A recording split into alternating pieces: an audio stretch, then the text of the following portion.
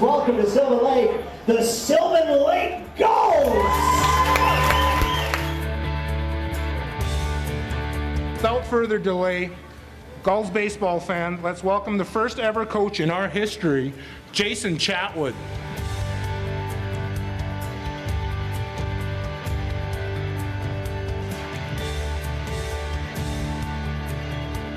Ladies and gentlemen, please welcome your Sylvan Lake Gulls!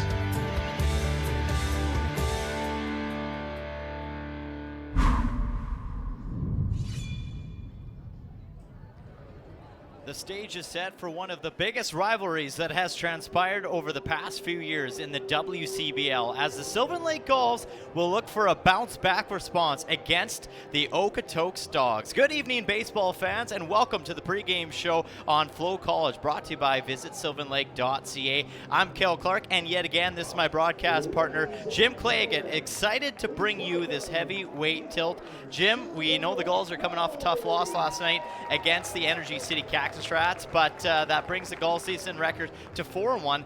Maybe the biggest surprise so far early on is seeing the Okotoks struggling early on this season, being below 500 with a 2-3 record. Well, you know what? I'm talking to the guys downstairs, and I said, you know, this is your first shot at Okotoks. I said, it doesn't matter where you are in the standings. This is always a good game because these guys want to beat the Gulls want to beat them. It doesn't matter where you are in the standings. So that is a surprise, but we talked about this last night. The league is starting to level out, and it's getting a little more. There's no, we're going to go in and take that team easy from this team. That doesn't happen this year, I don't think. Both teams familiar with each other, especially with some returning players like this guy on the mound for the Sylvan Lake Gulls, making his 2025 debut, returning yet again, is Big Vest, Nick Veselinovich. Yeah, Big Vest, and he's excited to be here. I've got some text messages from his dad, and he says Nick was just bouncing off the walls, basically. He's happy to be here, back here in Sylvan Lake after missing last year. So there we go. He's going to face this order of Okotoks Dawgs. Some familiar names there, including the guy right at the top there, Ricardo Sanchez, who was a Gull killer. He was. Ricardo Sanchez, along with Connor Croson and some other big ones. Nash Crowell, another guy that can really swing the bat well and really have an effect in every single game against the Sylvan Lake Gulls. Just a heavy tilt team for both these clubs going at it against each other. So yeah, it'll be interesting to see. As you can see down the lineup, Connor Croson will be at third, Zane Scansey, Nash Crowell at first base where he always goes to work, Jake Skaggs will be at center field, Rublensky the catcher, Barry Eisman right field, and the rest go on. Bonillo will be in right field, and Eisman will be in right field, Zane Scansey will be in left field. So it'll be interesting to see what both these clubs have to offer on this Wednesday evening. It is a rematch, if you will, from the Western Division Final. Gulls looking for a little revenge after their incredible record-breaking season came to an end at the hand of the Okotoks Dawgs. And it was this guy at the bat that played a big role in that. He is just, like I say, he's the Gull killer, and Sully should stay away from him. He just don't go anywhere near him, Sully. He's dangerous. He's small, but he's powerful. And this will be a good test for Big Vest. Nick Veselinovich is going to start things off here with the first pitch, and that's fouled off by Sanchez. And we are underway. Well, we talk about the offense that the Okotoks Dawgs bring, but the defense for the Sylvan Lake Gulls, we'll take a look at the outfield. Aiden McCarrison left, Noah Konings at center, and Simon Baker in right field. As that pitch finds the strike zone, Big Vest up 0-2 on Ricardo Sanchez. I'm talking to Nick when he arrived yesterday, and he said, you know, he had a little issue down south or at Niagara University, and you know what? He says, I'm good. I'm just anxious to get going and start throwing and contribute to this team, and I think he will. Anytime you got a left-hander on the mound, it can usually raise a problem, especially with the right-handed batters. Absolutely. They don't like to see that ball coming towards them like that at 89, 90. That's fouled off as Sanchez showing why he is one of the top hitters in the WCBL year after year. He just seems to make contact all the time. Yeah, he makes a pitcher throw a lot of pitches to get him out. He's kind of like a Matty Fung. Yep. Where he just fights things off, and you really have to earn every single out on this guy. And he fouls that out of play. So 5 pitches, 3 fouled off. That gives you an idea. Jeff Chipley is the crew chief, and he's behind home plate. Levi Wagner over at first base. Down the left field line is the veteran Don Buskus. That is your umpiring crew for this evening.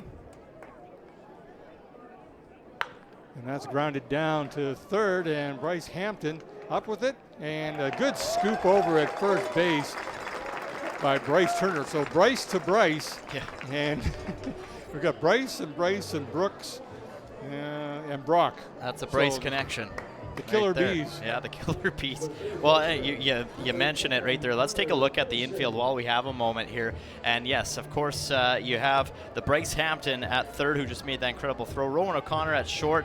Brooks Bachman at second. Bryce Turner at first. And then Junior Garcia is behind the plate for the Sylvan Lake Gulls, catching the hard pitches coming his way from Mr. Veselinovic. And once again, I'm reminded of a conversation I had with Nick's dad. He said, so is it Veselinovic or Veselinovic? And he said, depending on what side of the family you talk to. Okay, interesting. So either they accept either or is basically what you're saying. You can call him whatever he wants you to call him. Yeah, that's true. But he's finally, I said to Nick, I said, you finally have guys that can look you in the eye. Yeah, no doubt. Other than Matt Hape. Yeah, he actually finally probably fits in a little bit better this year for sure. Yeah, it's not the land of the Giants for Nick. He's amongst the Giants now. Yeah, absolutely. 1-1 the count on Connor Croson, the Dawgs third baseman. 94 miles an hour there from Big Vess. Well, and that's the thing, too. He's got the nickname here in Sylvan Lake, and it's Big Vess if you haven't picked up on it already. And so if we just don't feel like saying his last name, we'll just call him Big Vess. Yeah. When it gets just later in play the it safe. innings, I start to mess around with his name. And, say, and that's Nick. And that's Nick. Yeah, okay. I'm just going to go with the first name. 3-1 the count now on Croson. Just underway here at Gulls Field at Pagato Park. Jim Claggett, Cale Clark here on FloCollege. This is hit over sharply to Rowan O'Connor. And the long throw, but he makes it look easy. And records the second out. Yeah, that's a good throw deep in the hole as well. As you take a look, he's a couple feet inside the outfield plane and makes a really good throw to Bryce over at first.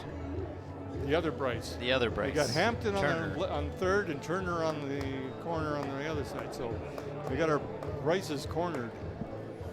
Zane Scansey, the left fielder for the Dawgs, steps in to face Big Vess. And first pitch to him is in there at 94 for a strike. Yeah, he can pitch hard. I think his arm's feeling good right now. I'd say so. It's early. It's warming up. He's probably just warming up. I know. And that's down to Bryce Hampton and over to Bryce Turner, and a 3-up, 3-down inning for Nick Veselinovic and the Sylvan Lake Gulls. So a good start. No runs, no hits, nobody left on base. Gulls come to bat in the bottom half of the first.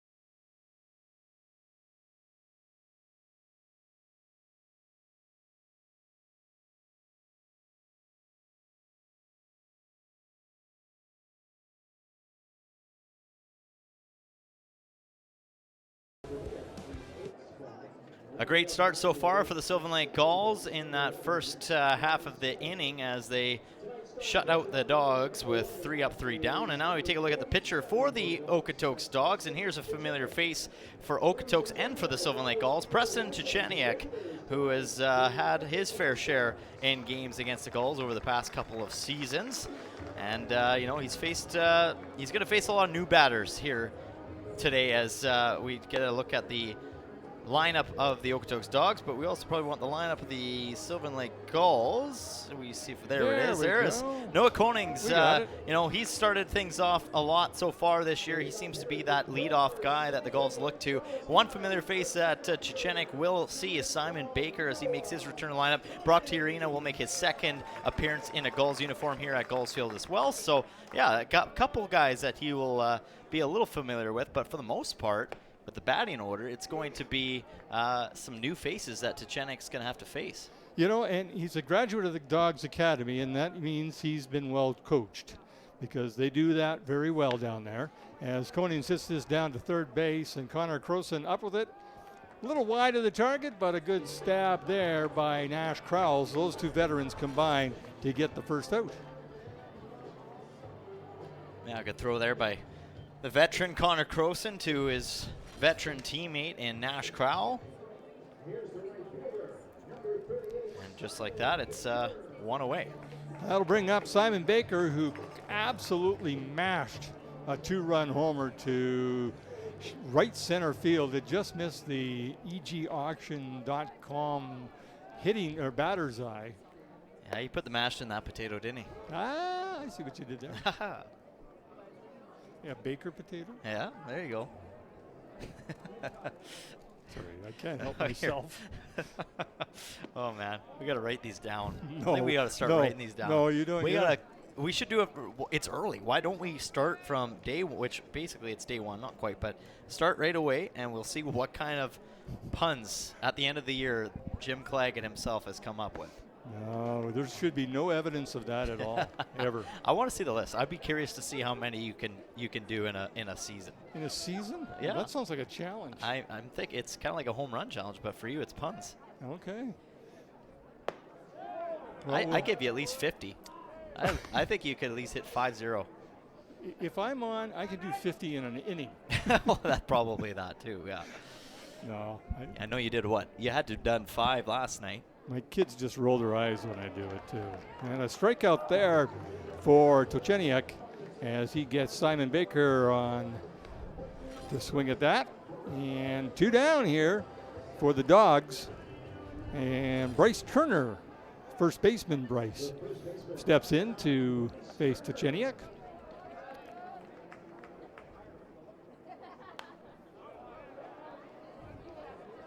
Yeah, and I remember Checheniak. He's one of those guys that he's got that off speed really, really good and nailed down, but then he can also come in with a fastball, like a very fastball. That one hit 90 on the gun, so yeah, he's a good pitcher. That's a good range that he has with that arm. And once again, we just remind people, that no matter, Dawgs are 2 and 3, Gulls are 4 and 1. Doesn't matter where they are in the standings. These two teams seem to bring out the best in each other, and that's what we're going to see tonight, I'm sure. Yep.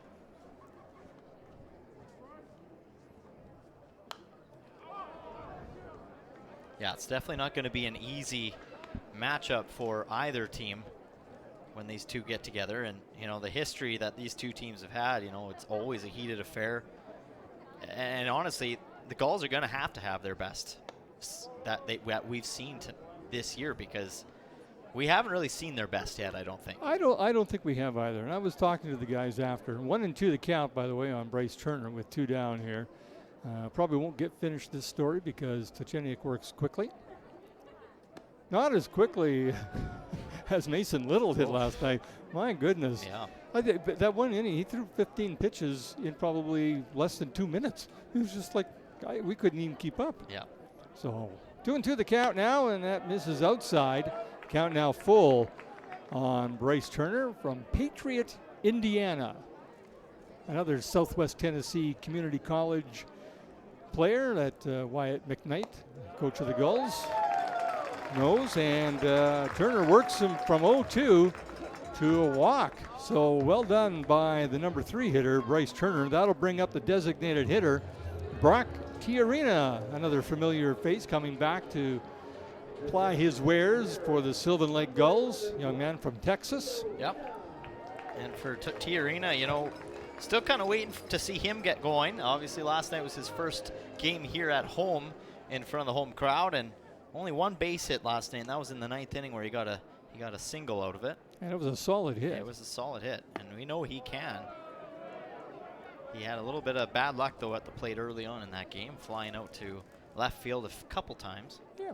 You know, and guys, this, like I say, 5 games, and it's hard to, it's not a sample size yet that you can work with, I don't think. No.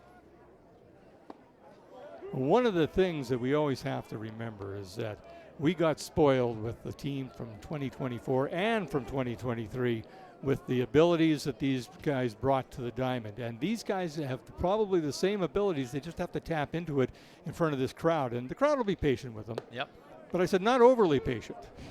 I said, you got to start performing at some point here, and I'm sure they're very aware of that. They know themselves what their game is like and what they can do out in the diamond. So no worries, boys. We got your back. 2-1 the count on Tiarina, and a throw over to first as Turner makes his way back easily. And then you look at the Okotoks Dawgs, off to a little bit of a slower start this season themselves, still trying to establish their team, and coming off of a 6-0 shutout to the Lethbridge Bulls last night. They're going to be looking for a much better performance here this evening. So it's going to be a good game. I'm really excited to see what tonight's going to bring for the fans in attendance, because I know there's a lot of fans that are sacrificing watching a very important hockey game right now. Is there a hockey game on? Well, for some fans there okay. are. And Tiarina rips this down to second, but an easy play there for Matt Van Slyke as he gets the force out at second on Turner. And the inning is over as the Gulls strand a bit. Well, they don't strand a base runner, basically. Nobody, no hits, no runs, nobody left on base. We are through one complete.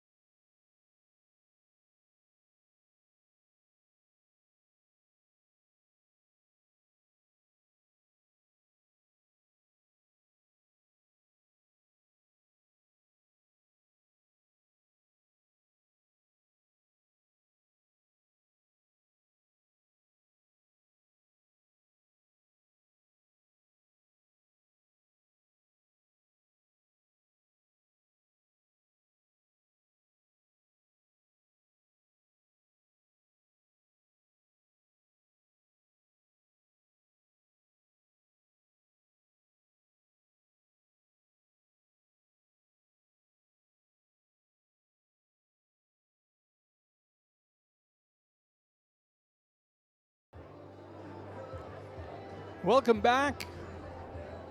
Top of the second inning. The Sylvan Lake Gulls and the Okotoks Dawgs just underway here. And Big Vest, Nick Veselinovich will face Nash Crowell, Jake Skaggs, and Jacob Rubleski in this inning. A 3-up, 3-down inning to start things off for the Sylvan Lake Gulls left-hander. Crowell hitting .300 already this season with his 20 at-bat appearances that he has had. That misses everything on that one. This is going to maybe be one stat that might stand out to you. Crowell with already 10 RBIs this year. That makes sense. Yeah. He's a good swinger of the bat. Always got to be known when he's on.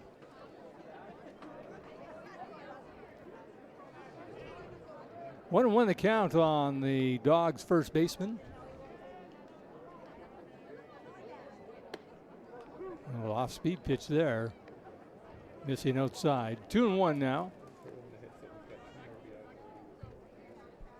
10 RBIs. Huh? Yeah, that's That's pretty a good good. amount already early 5 on games? in the season. Yeah, Let's see if I remember my math. That's 2 a game, that is 2 a game. approximately. This is skied to right field, and Simon Baker glides over and gets a glove on it for the first out. And that's one of the things, we talked about, and this has been over the years, is the pitchers are one thing that the Gulls have had an abundance of. Good starting pitching and good bullpen pitching. Yeah. But it's the defense behind those pitchers that really, really helps them. And every pitcher will tell you, all I got to do is throw it in the strike zone and let these guys do their thing. And they do. Well, and especially when you're playing teams like the Okotoks Dawgs, like the Lethbridge Bulls, that can hit and that, will put a good bat on the ball every single time. You need to have a strong infield and a strong outfield behind it, even keep it close when there's strong batters like these guys coming up. And that's, I think, what you're alluding to a little earlier about with that, we've been very fortunate and lucky to have such good teams in the last couple of seasons for the Sylvan Lake Gulls. We've seen year after year different players come in and just be known quickly, making names for themselves. 0-2 the count on Jake Skaggs, the center fielder for the Okotoks Dawgs. And in the number 5 position behind Crowell, Jacob Rubleski, the catcher, is on deck.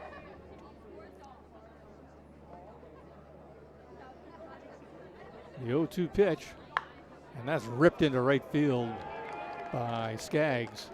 Baker will make the play on it, and he's got a strong arm, and I'm sure these guys know that. He does have a strong arm. Yeah, good base hit right over the first baseman Bryce Turner's head. Had no chance on that one, as that was well hit. He kind of thought about jumping, and it was kind of a half jump effort, and then he realized, yeah, there's no way I'm getting up that high for it. So a good hit there by Skaggs. I'll bring up the catcher, Rubleski. So first hit of the game for either team.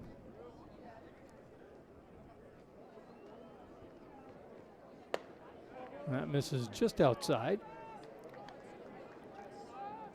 That's Skaggs' 7th hit of the season so far.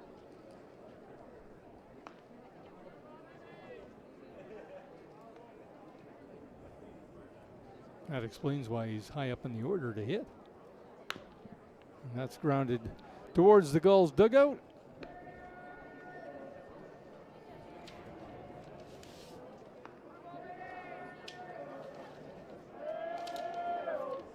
Getting the fans involved here with the chants.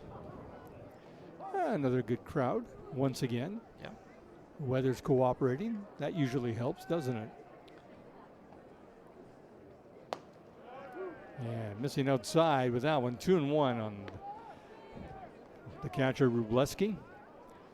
One down here in the top half of the second inning.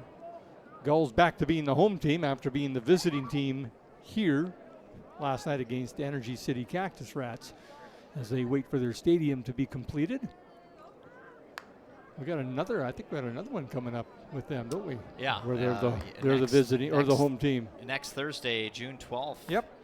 Is when Energy City will be here, and then same on the 14th. The Gulls will host the Brooks Bombers. Well, the Brooks Bombers will be here hosting the Gulls. Yeah, I wonder what's going on there. So I'm wondering, just going on a limb here, but I'm guessing that's going to be a fair ball. Fair ball right down the line and right into the corner. And Aiden McCarris is going to have to hustle. He's got a strong arm, but they're not going to catch Jake Skaggs. He's got some speed. And a RBI double for Jacob Rubleski. And the Dawgs are on the board first. As that just caught the line. That was, yeah. And he's Perfect got some placement. wheels. Yeah, perfect placement as well for Jacob Rubleski right down the third baseline. Stayed fair. And the Dawgs strike first. And this will bring up the right fielder, Barry Eisman. But back to what I was saying, I think the Brooks Bombers, there must be some kind of tournament or something maybe going on that weekend where their field is being utilized maybe for other purposes. So Oh, maybe, yeah. that could be the only thing I could think of, because the very next day they do play back in Brooks. Okay, there's some event maybe so there going on must be some there. kind of event going on, yeah. Yeah, you might be right. I'm not going to dispute that. There's obviously a reason. Yeah. They don't just say, hey, let's Yeah. go play at Sylvan to be Yeah. the home team. Yeah. Okay. Especially when we play the next day back here at home. Yeah. on a 2 o'clock game on a Sunday afternoon. Okay. Yeah, there's something going on.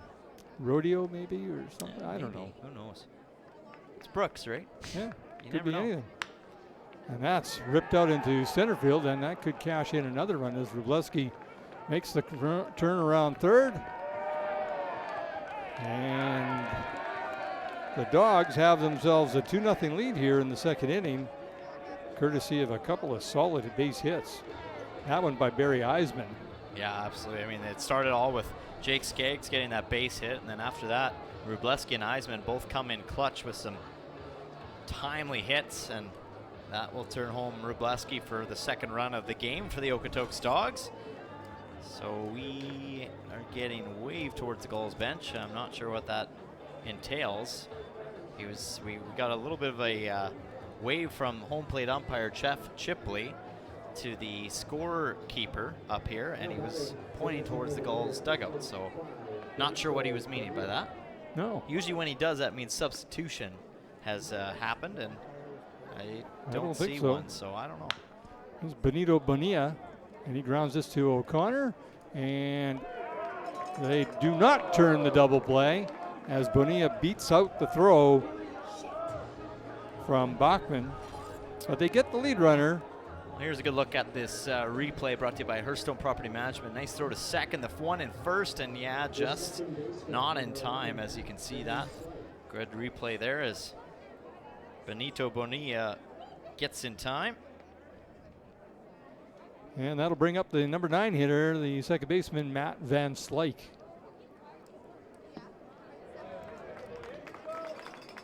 And first pitch swinging, and a called or a strike there. Now, I'm not sure when the last time Veselinovic pitched. And a great stab. Oh, he knocked it down. I thought he got that stuck in his glove. Bryce Turner over at first. Knocked it down to keep that from being extra bases. But a hard hit ball, and it's what we alluded to earlier and in the pregame is that these guys hit the ball hard all the time. And Yeah. sometimes it's right at somebody, sometimes it isn't, but they sure hit the ball hard. And that'll bring up the leadoff hitter, Ricardo Sanchez, who grounded out to third to lead the game off. The Dawgs with 2 men on, first and second, 2 out here in the top half of the second inning. And that's fouled out of play. Well, just to give you a perspective, so far every batter the Dawgs have gone through have hit the ball. Yeah. Nick Veselinovic has yet to have a strikeout himself. So there's been contact on every batter so far for the Dawgs, and they've gone through the whole batting order already once. So I think they might be starting to figure them out too here near the end of that batting order as you see a couple base hits land for the Dawgs. He's up 0-2 here. This is an important out right here. You got to kind of limit the damage Yep. and get on the bats when you get into the dugout in the bottom of the second. Did you feel that? I did. What was that? Well, it felt like someone came and slapped the table Yeah. with a hand. I don't know. Or Ghost? yeah, that must be the ghost. Must be the The previous broadcast broadcast ghost. team. Yeah. That was was weird. Okay. You and me both. 1-2 the count on Ricardo Sanchez. I thought it was you. If I feel it again, I'm out of here. 2-0 the count Or I mean 1-2 the count, 2-0 the score. As Sanchez continues to foul balls off out of play. Yeah, let's say, did something fall off? No, I don't think A so. mystery. Yeah. Oh, well. I like how we both looked at each other like, Yeah. what was that? Was that you? Yeah. It wasn't me. All right. Okay. Weird things have happened. We won't worry about it.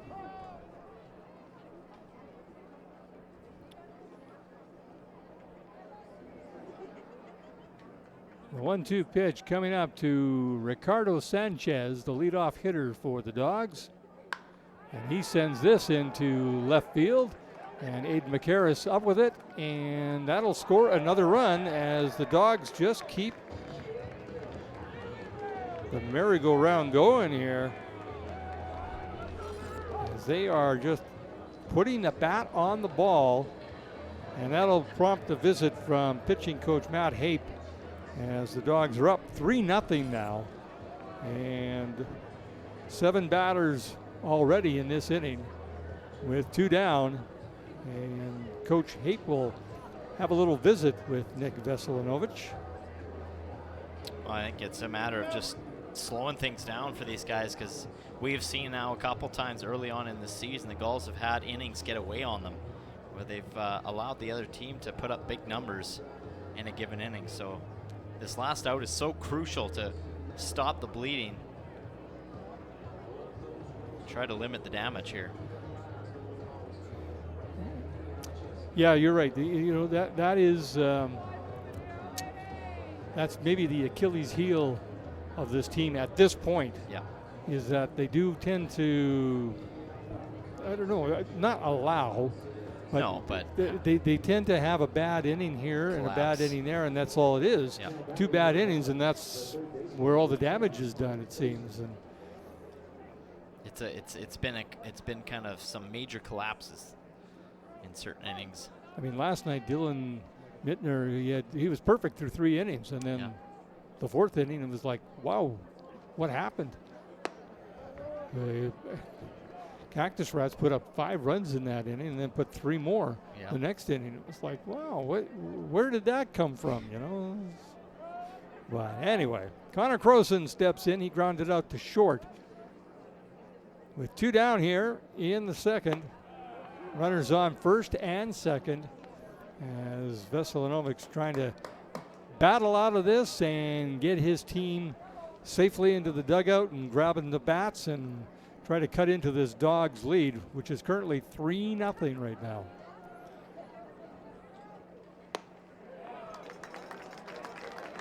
And a nice pitch there by Big Vess.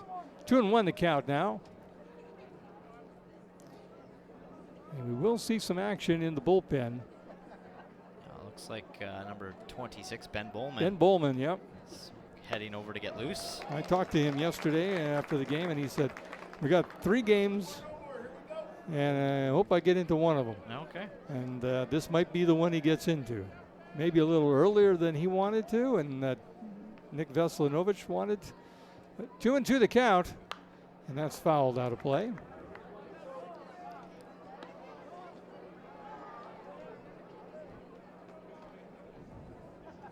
You know, I got a lot of great positive energy too from, you know, a player that's not playing tonight for the Gulls, but Matt Brandt. You know, he was talking to me last night, and he was very positive about taking that loss. He said, you know what, that's all right.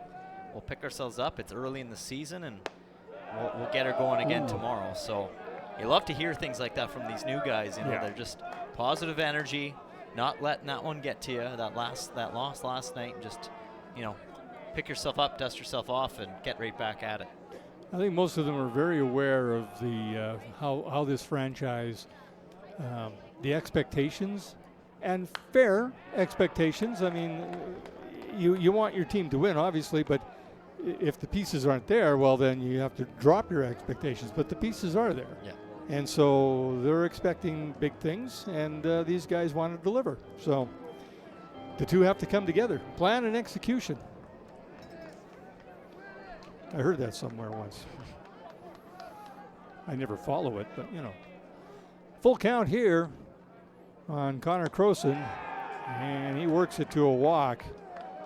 And that'll load the bases now for Zane Scansey.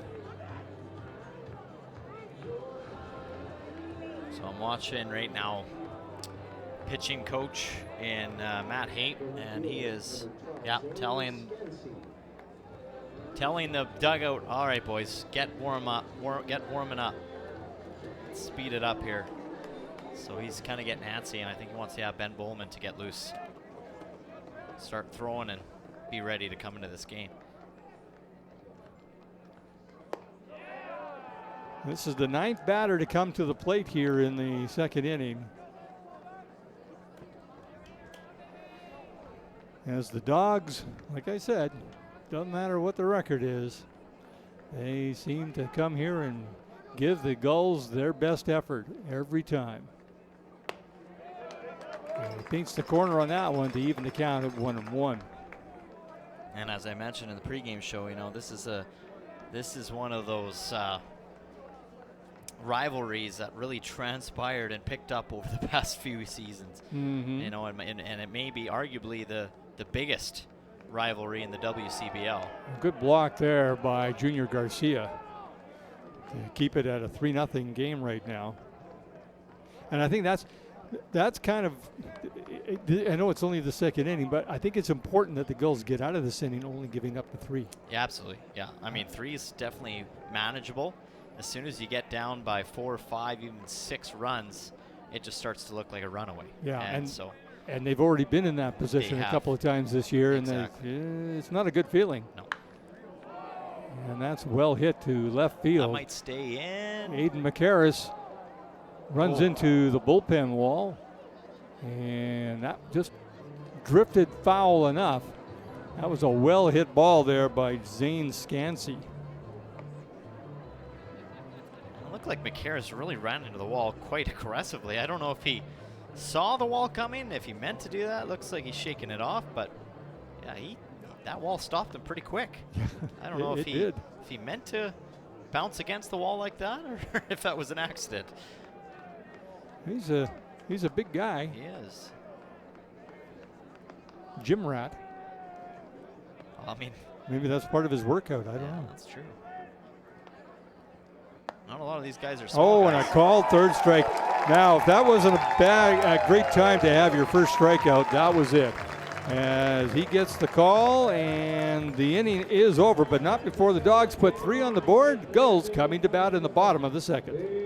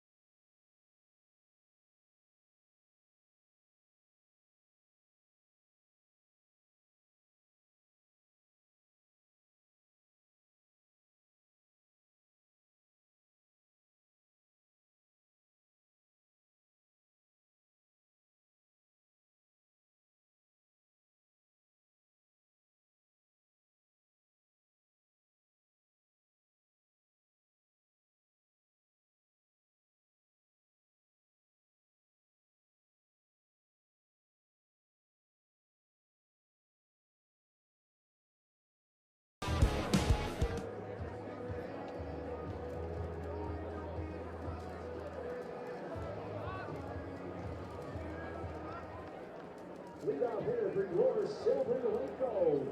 Now batting the catcher, number 35, And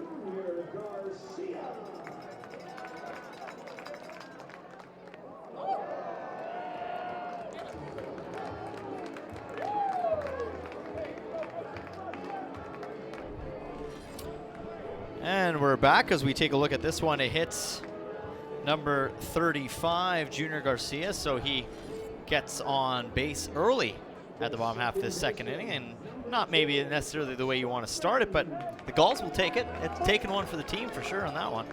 After the 3 spot that the Dawgs put up, you'll get a base runner and you'll be happy about it. And this is Brooks Bachman. 3-0 Okotoks Dawgs lead it. Jim Claggett, Cale Clark on FloCollege, brought to you by visitsylvanlake.ca. Glad to have you tuning along. If you're sacrificing or switching channels between the Oilers game and this game, we're happy that you are. Or if you're just a baseball fan, could care less about hockey, well, we're also happy to have you tune along as well. Even better. There you go. 1-1 the count on Bachman. He fouls that back against the screen. Count 1-2. I'm sure our owners are probably doing the old channel flip back and forth, I would think. I'm sure they are. They're big Oiler fans. Yeah, they are.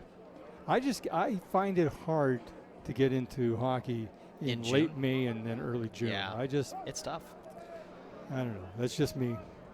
I was actually thinking about that the other day. I'm like, I'm over it. You know, I'm over the hockey. It's even if it's a Canadian team that's in the Stanley Cup final, you just and too long of a wait too. I think that also took it out for me. You know, where you had a rhythm of playoff hockey. Okay, a couple nights are done, and then you go back into the next round. Yeah. There was like almost a week break there for. Well, if this goes 7 games, that's spread over 17 days. Yeah. 17. That's just ridiculous. You know thanks. what? I'll watch baseball. No, it just. Anyway, 2-2 the count here at Gulls Field at Big Apple Park. Nobody out. Junior Garcia, the base runner, over at first. And Bachman sends this down the right field line and just foul. Oh, man, that would have been timely and much needed for Bachman, as that was the right velocity, got over the first baseman's head of Nash Crowell, but just foul. So he turned on that one. That was close to the fists with that swing. And the Gulls just have to be patient. Get one back this inning and everything's within reach. And this is going to drop in front of the left fielder, Zane Scansey, who makes a great barehanded grab to keep that ball from going to the fence. But a base hit there for Brooks Bachman. I was just going to say, as you take a look at this replay, you know, I think he thought about diving and stretching out for that ball, but decided to stay up and, you know, make the smart move. And then, yeah, with the bare hand grab off the one hopper, that's pretty good skill right there. And it only allowed a base hit coming out of that instead of allowing Garcia to get to third. That'll bring up the third baseman, Bryce Hampton. With nobody out, runners on first and second. And that's right to the shortstop, Sanchez. And everybody gets back safely as he makes the play and records the out. Yeah, good catch here by Sanchez, and good heads-up play running by Garcia as well. He sees it going right to Sanchez, and doesn't even hesitate, just turns back and races back to touch up. Yep, ball right in front of him. You can see the whole play, so you're right, good heads up. Aiden McCarras, who had a meeting with the fence out in left field, would like to meet the ball with his bat. Yeah. He's got some power. He takes that first pitch outside for a ball. Rowan O'Connor is on deck, the shortstop, and then the top of the order, Noah Coins.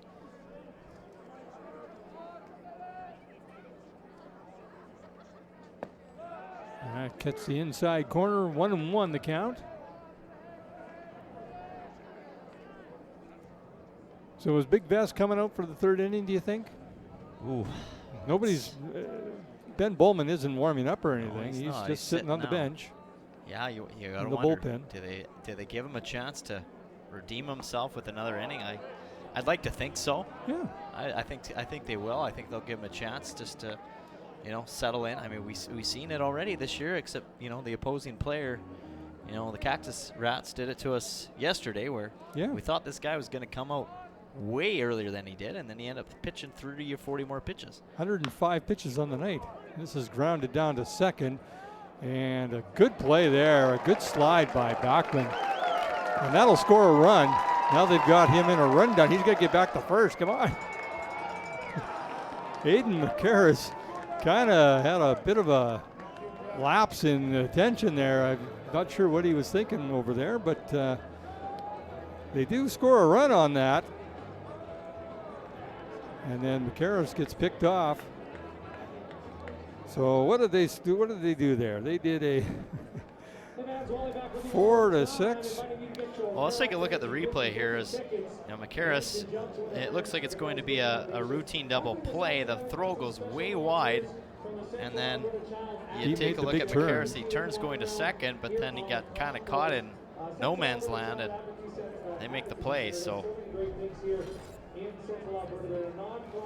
Yeah, well, they got one back, and kind of that might have been the mini goal for the Gulls right there. But anyways, 3-1, Dawgs lead it. Dawgs coming up to that.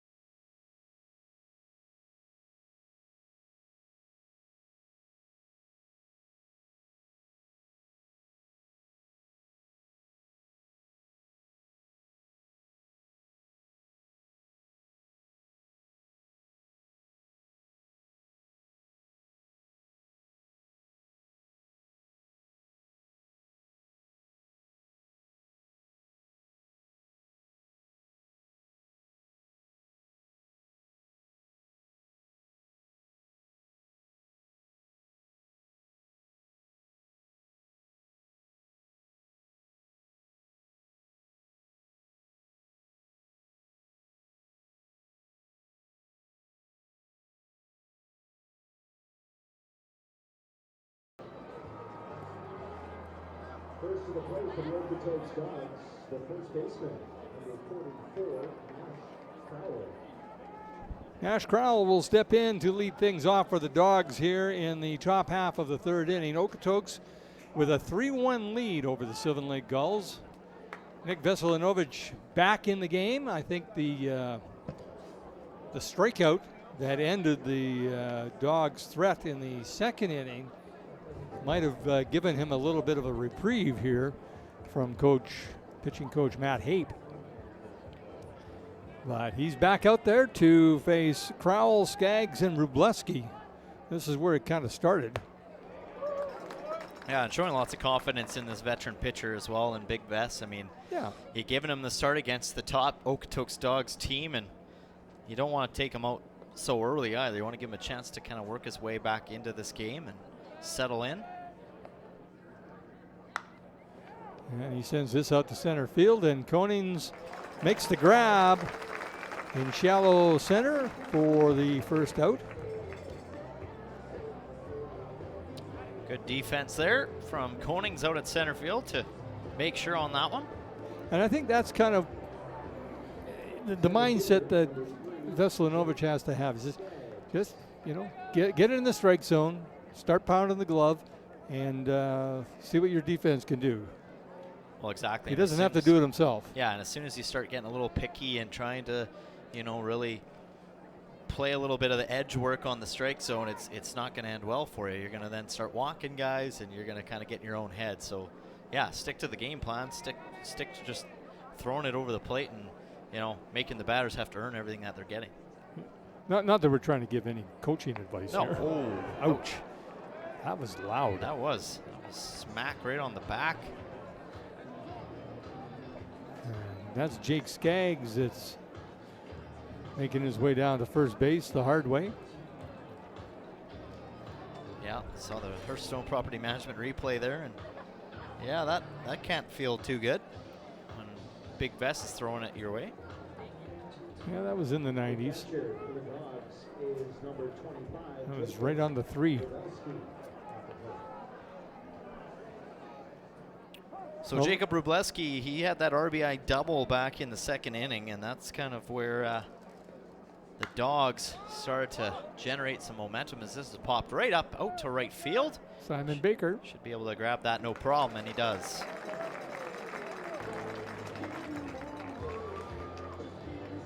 Yeah, that was the base hit that just caught the fair line or the foul line. Yeah. Depends on who you talk to. Some people call it a fair line. Okay. Others call it a foul Well, line. it was fair that time. I mean, you call it the foul pole, but if it hits it, that's fair. So, Yeah, that's true. so I'm thinking that's the foul line, but if it hits it, it's fair.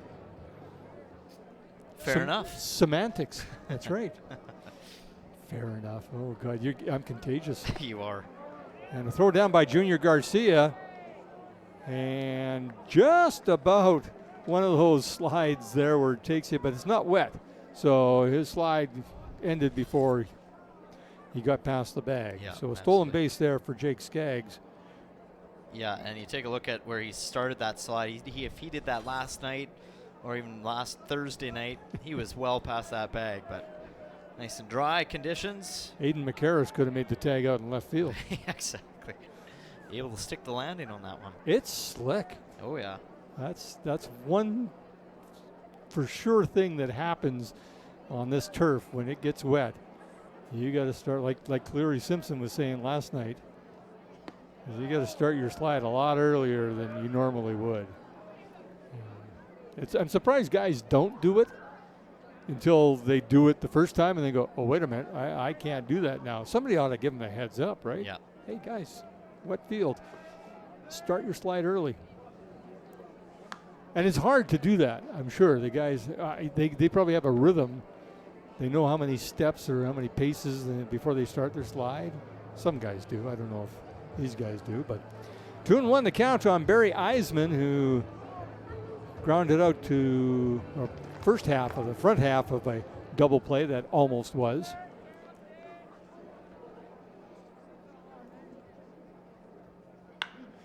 That's well hit to right field as Simon Baker has to go back, and he is not going to get that one as Barry Eisman sends this over the right field fence, and the Sylvan Lake Gulls find themselves down 5-1 now here in the third inning. You got to wonder, too, if Big Bass will be coming out now as Matt Haight looks on. And yeah, that was just an absolute bomb. As soon as it came off the bat, you knew there was no chance that was coming back in the ballpark. And Nick Veselinovic will have a meeting on the mound here with Matt Haight. So I think that'll be the night for Nick Veselinovic. Unfortunate start for him, a disappointing night for him, I'm sure. Not what he wanted and how he wanted to start this one, but he hands over the ball, and the Gulls will look to change things up here as incoming on the mound will be, in fact, number 26, Ben Bowman will be taking a step away and will be back after Bowman throws a few pitches.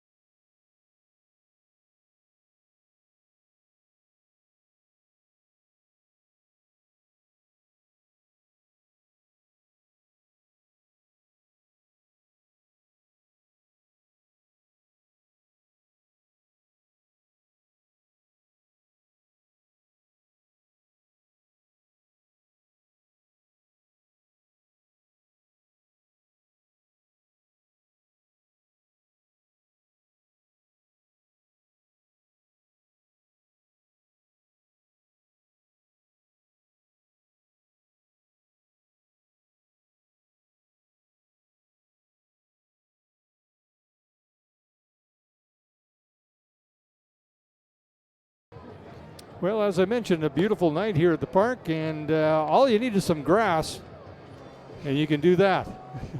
And you can do that. And you can do that. Always fun to be at I the can't. ballpark. Well, yeah, probably not. Any of those 3 events, I would be in traction. Guaranteed. I'd hate to be the parents that have to do the laundry of any of those Ah, clothes, especially that white hoodie. That might be tough to get those stains out. oh, and Brooks Bachman sends this deep to right field. And that's an easy play there for Barry Eisman, as first pitch swinging is Brooks Bachman.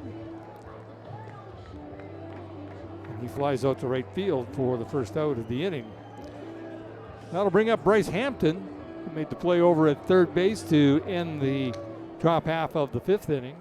Now batting the third baseman, number 5, Bryce Hampton.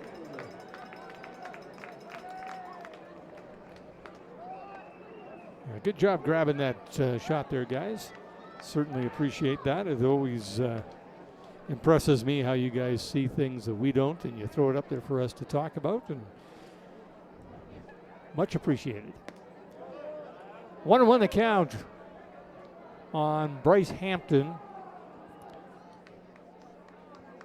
He lined out to the shortstop Sanchez back in the 2nd inning. And he watches that go by for a strike. 1-2 the count now. 5-1 Dawgs lead it here in the bottom half of the 5th.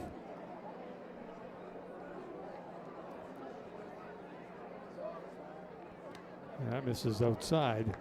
Evens the count at 2-2.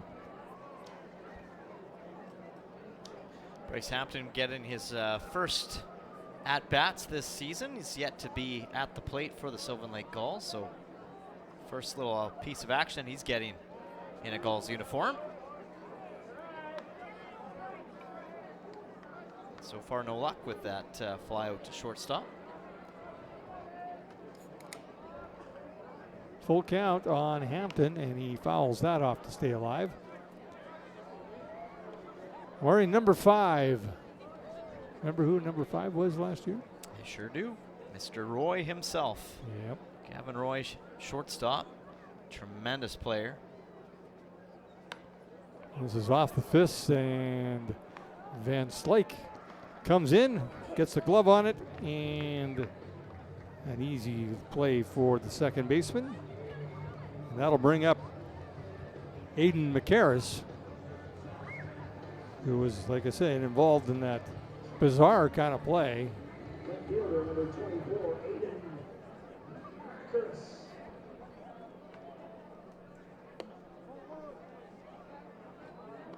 He takes that first pitch for a ball. I'm waiting. I'm just waiting. I can feel like he's. And Here yeah, it this is yeah. earlier on, and Boom.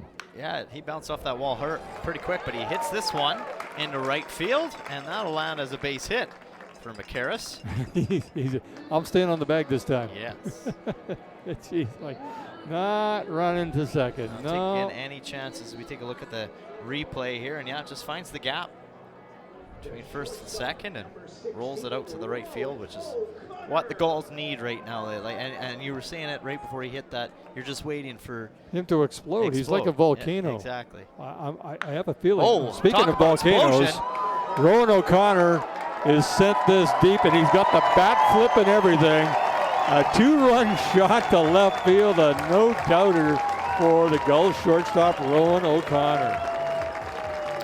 Well, that's what the Gulls needed, wasn't it? Rowan O'Connor answers back for the Gulls, and they bring this game back to within 2. Wow. That's got to be the best bat flip we've seen here at Gulls Field, too, if I'm not mistaken. Look at this Hearthstone replay as he hits it, and then see you later, bat. Nice knowing you. Wow. Yeah, I'm not sure where that landed, but I'm glad my vehicle wasn't over in that direction. Seriously. Because that was deep.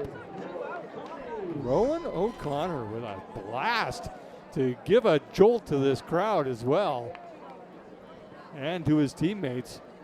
2-out, 2-run home run. And that'll bring up Noah Konings. The crowd's still buzzing after that home run. Yeah, that was huge. You could just tell by the sound. Yeah. Yeah, and you just needed something big, and I, when you said you were waiting for, McCarris to come alive, I thought you were originally going to say waiting just for something big to happen for the Sylvan Lake Gulls, because that's exactly what they needed. It just kind of felt like not necessarily a sleeper, but it felt like there wasn't really anything going for them. No. Until that happened, until you got that base hit from McCarris, and then all of a sudden things go, and then unfortunately there's a huge strikeout for Tcheniak on Noah Konings that will end the inning, but not before a huge 2-run homer thanks to Rowan O'Connor and Aiden McCarris' single. It's now a 5-3 ball game for Okotoks heading to the top of the 6th inning.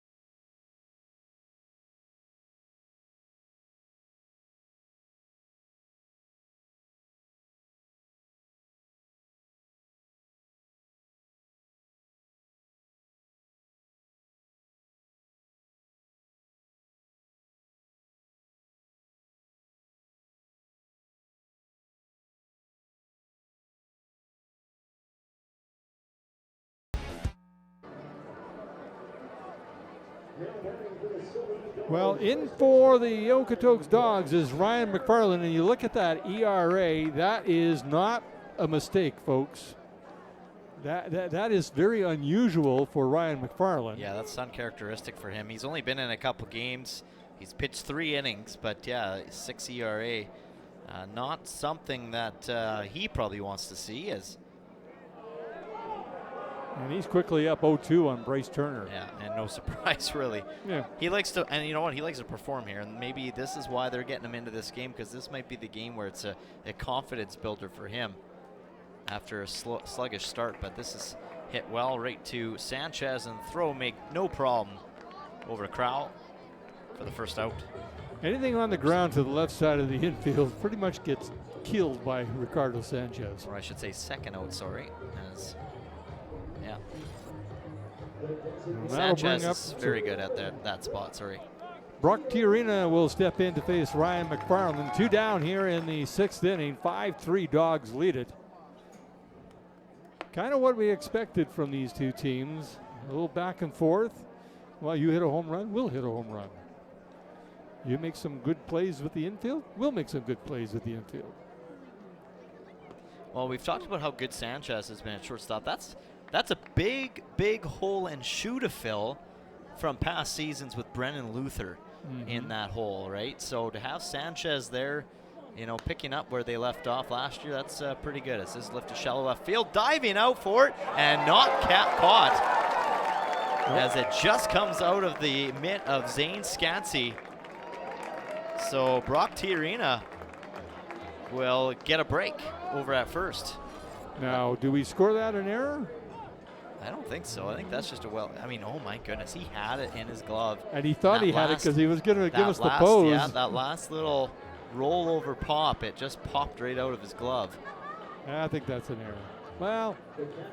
Well, they gave him an error, okay, so. Okay, we'll call it an error, yeah.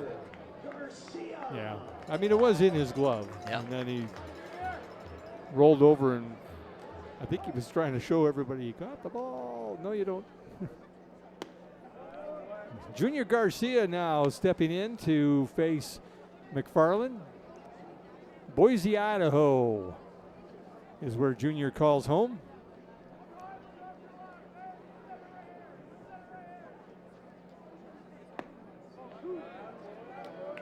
Boise, Idaho, the university there, used to have, I don't know if they still do, they used to have their football field was blue. Oh, wow. That was their colors, blue and orange, yeah. right? Yeah. But birds were dying as Garcia loops this into shallow center field, and Tiarina just keeps going towards third. He's going to have to hustle, but good base running there by Brock Tiarina on the single by Junior Garcia to keep this inning alive. Well hit ball here, just drops in just enough as Jake Skaggs can't track it down, and Garcia making the slide and safely at third base. Yeah, good base running there by Garcia. So anyway, what was happening was birds were thinking that was water, and they would come flying in and hit the field. Oh, jeez. And injure themselves. So somebody said, well, you should probably change that. And I don't think they did. They said, well, teach the birds not to fly into the field. They'll learn eventually. Yeah, maybe. Word will get around through Twitter. Yeah, exactly. So, anyways, meeting at the mound as the Dawgs are experiencing a little bit of difficulty getting this inning closed out, as Brock Tiarina with a base hit, and then Junior Garcia moves him over to third with his own base hit, and that'll bring up Brooks Backman, who hit the ball well the last time up, but just happened to be right into the glove of somebody. So we'll see what happens. Pitching coach Joe Sargent out to talk to his pitcher McFarland and settle everybody down, get everybody on the same page. So we got runners on the corner now for the Sylvan Lake Gulls, trying to have another 2-out rally, as we've seen them do that in the past. So I know for a fact, and I've already got this in my head, if Bryce Turner is on base and Brooks Bachman hits a home run, I'm going with Bachman-Turner overdrive. Nice. Yeah. That fits. I have to. That fits. I'm a Winnipegger. I have to do that. So, but right now he's got runners on the corner in Garcia and Tiarina. So let's see what he can do. He's got a chance against one of the top pitchers in the league, despite that ERA. That's an anomaly. Don't even think about that. Because Ryan McFarland is one of the top. He is, yeah. But he's behind 3-1 now. And Bryce Hampton is on deck. We're hearing another clap again coming from the Gulls dugout. Something new that we've seen this year. You don't usually see the slow clap until near the end of a game, but they do it on the opposing team, and it seems to rattle McFarland to now load the bases with that walk. Well, things are getting interesting here at Gulls Field at Pagato Park, aren't they? They sure are, They yeah. are. Hampton's got a big opportunity in front of him right now. He hasn't had great luck with that bat so far, and this is a good time to make a name for himself here at Gulls Field. Base hit will score one for sure, possibly two. That's a good throw by McFarland. That was an awful lot of glove movement, though, by Jacob well, Wroblewski. that's what he's been doing all night. Yeah. Wroblewski's been really good at framing him. Count 1-1 now on the Gulls' third baseman, number 5, playing position number 5.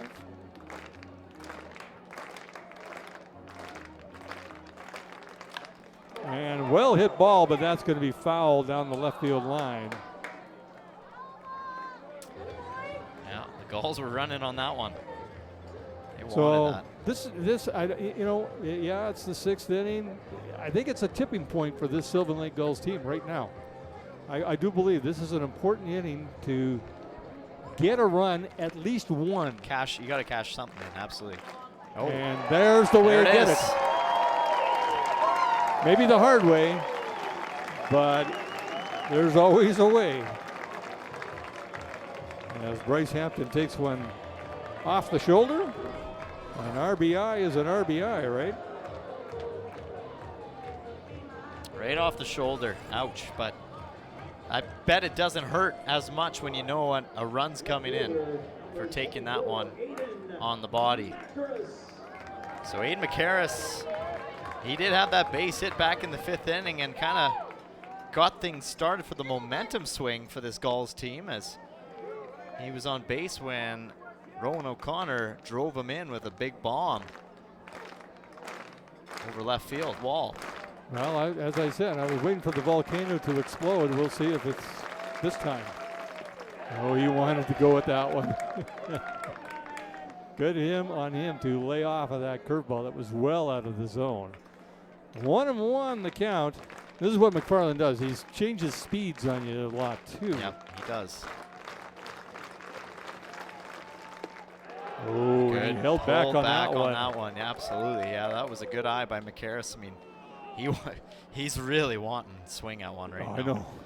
You can see it. Release the Kraken. He's licking his lips. He wants it. Oh yeah, that was the pitch he wanted too. Sitting on the fastball, and that was the pitch. He gave that all. 2-2 the count. 2 down here in the bottom of the 6th inning. 5-4 Dawgs lead it. Bases loaded. And Wow. I'm not sure about that one, but it is a called third strike. And that is the 3rd out of the inning for the Sylvan Lake Gulls. They close to within 1. 5-4 Dawgs lead it. They're coming to bat in the 7th inning.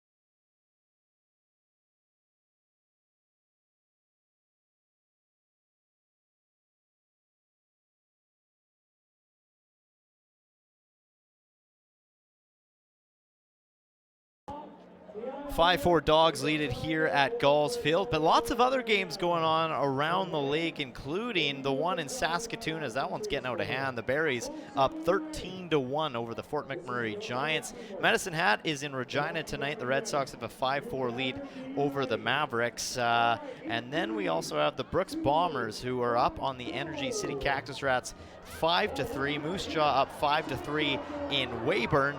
Swift Current 57s and the Lethbridge Bulls tied at 2 right now. Meanwhile, for the Sylvan Lake Gulls, some upcoming games. Tomorrow night, they will be right here yet again to take on the Okotoks Dawgs, before then making a visit to Okotoks on June 6th, which is Friday, and then on Saturday, they'll head down to Lethbridge for their very first meeting against the Bulls. So those are the next 3 games for your Sylvan Lake Gulls. Thank you for that, sir. Not easy matchups either, Jim, coming up. No. You got a few games against Okotoks and then Lethbridge. I don't think there's an off. easy game in this season. No, absolutely I just have a feeling. I mean, you take a look at just the Energy City Cactus Rats and a complete turnaround from last year to this year. Mm-hmm. You know, it's early, but we've seen really good things from that club already. First pitch here to lead off the 7th inning, Ricardo Sanchez facing Ben Bowman, who's done a wonderful job since taking over from Nick Veselinovic in the 3rd inning, late in the 3rd inning. And he just, he looks like he could probably throw the rest of the night and then into tomorrow. He looks fresh. He's looking good. But there is some action in the bullpen. Guys are loosening up. There's like 4 of them in there loosening up. Stretching and getting loose, getting warm. And there's a base hit by Ricardo Sanchez, and I believe, I'm going to take a look. It's the first base That hit. is the first base hit off of Ben Bowman. Yep. So far in this game. That is. So pretty impressive stuff from Bowman to just now finally have that be the first hit against him. He's done a good job. He has, yeah. That was a great evening for him. He's kept his team in the game. Well, that's, yeah, exactly it. And a throw over to first. Sanchez will steal the odd base. Now batting the third baseman, number 10, Connor Crowson. Yeah, you know the Okotoks Dawgs. Oh, you know what?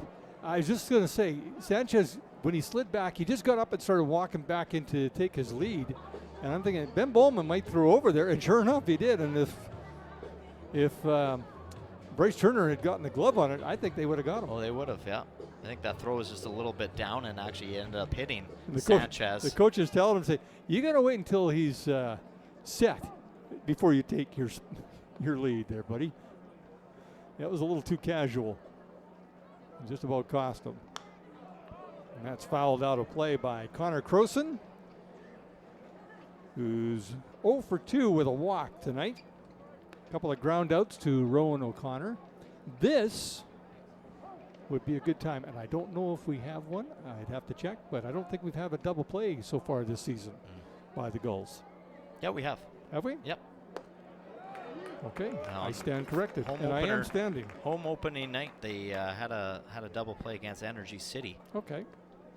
My memory's good, it's just short. But there hasn't been many, for sure. And another one would definitely be timely right about now. This would be a good time to have one. And Crowson fouls that back against the screen. 0-2 the count. 5-4 Dawgs lead it here in the 7th inning.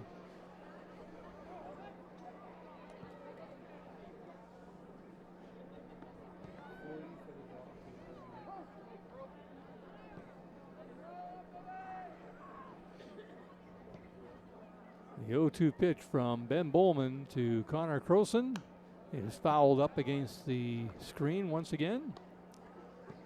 Taking a look at the hits right now, the Dawgs out hitting the Gulls by 1. 6-5 are the hits. Errors, they have 2 on the Dawgs and 1 on the Gulls. So that's pretty good if you're, a Sylvan Lake Gulls fan to see that, all right, well, that one gets away. Yeah. As I say, mistakes and things like that, that one just slips through. So Bowman hasn't done that yet tonight. And so that'll allow Ricardo Sanchez to get to second easily. And Junior Garcia just giving him a little pep talk saying, hey, don't worry about it, man. Get the guy at the plate. It takes the Dawgs out of the double play, Yeah. unfortunately, which is what Ben Bowman is probably going, oh, well, okay. I didn't give my infield a chance to snuff out any kind of a rally here. So these guys are so aware of what's going on, the little things that happen during a game.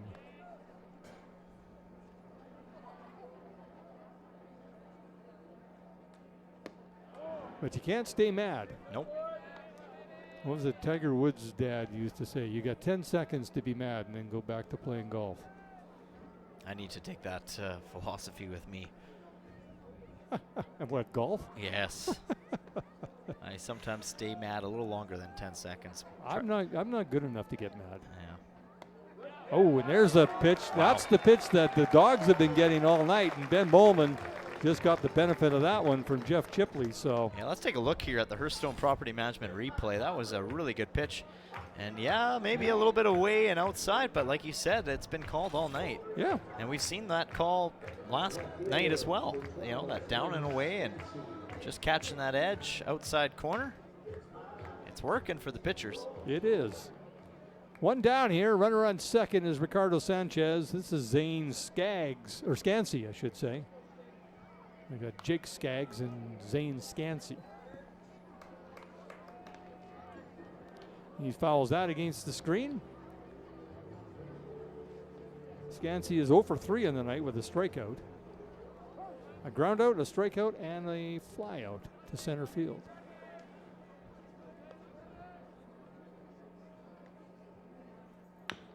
And this is grounded down to third, and Bryce Turner has, or Hampton, I should say. And I'm not sure I'm not sure what's going on here. I think, That's not good. We're going to see the replay. That is not good. I mean, that Bryce arm Turner got absolutely clipped. And is- Turner's not in good spirits right now. He's in a lot of pain by the looks of it. His arm would have probably, I would think, hyperextended the wrong way on that play. The way he was reaching, he is pointing to his elbow. So let's take a look at this replay here. So the throw comes over to first, but where the throw is thrown, it's kind of in the way of the runner, and the runner just takes him right out. Yeah, I don't think there's an interference call on No. that. I just think it was just Just an off throw. the throw and brought his arm into the path of the base runner, Yeah. and yeah, it's definitely his left arm. Definitely not good things that you want to see. I mean, he really got spun around there too. Oh yeah. You got to almost wonder if his head's feeling okay as well after that. And he's going to get some work with Rob Manka on moving his arm around. And okay, I don't know if that head shake no was a good head shake, or if that was a Yeah. no, it does not hurt, or no, let's not move that anymore. I think Matt Brandt is he's getting his arm warmed up. Might coming in at first base. Probably is going to come in at first base. I don't think you want to take any chances with these young guys. No, not when they're, they're on loan here to Sylvan They Lake. are. So yeah. And so Matt Brandt is going to come in. Matt Brandt will take over for Bryce Turner over at first base. So now I don't know. I think And here, let's take another look here. We're going to slow this one down a little bit. So here comes the throw from Bryce. And yeah, the throw is kind of right in the path of the base runner. and on the play, Ricardo Sanchez was moving on the hit, and he scored from third base From second base, or wasn't it? second base, yeah. Because he was on his way to third when the ball was thrown by Bryce Hampton. So would we give that an error then to Hampton's throw? As an official score, would you think that would be that'd be the call? I mean, Or would that just be a base hit? I think that's probably a base hit. Yeah, I okay. haven't seen anything come up on the board yet. So, Yeah, all right. and Scansey Yeah, they're going to call it a hit, I guess. So he's made his way over to second base, and that'll bring Nash Crowell up to base. So, a bad break there for Bryce Turner and for the Gulls. This is popped up to Rowan O'Connor over at shortstop, and he makes the play. So 2 down here in the 7th inning. The Gulls trailing now 6-4 after that play. And Matt Brandt is still loosening up over at first base. He's been called into action. Yeah, scary stuff regardless. You really hope that Bryce Turner's going to be okay and that it's nothing serious. It looks like he's okay. He's still talking to the trainers down in the dugout and just kind of sitting there. It looks like he's moving his arm a little bit, so that's probably positive news to see and good things to see. But we get a little visit here on the mound from Matt Hape. Yeah. Mickey McClaskey is warming up over in the dugout right now for the bullpen, I should say, for the Sylvan Lake Gulls. I think is that Kai Rempel also sit maybe? That's Kai Rempel right there. On the edge there on the right side. And I'm not sure who the other two gentlemen are. We're still learning names and faces. Okay, we've just got 37, which is Kai Rempel, 40 as well. 41 maybe Tyler Hurim could be in there as well, joining along. But Ben Bowman is staying in the game. Just a little strategy talk maybe with Matt Hape.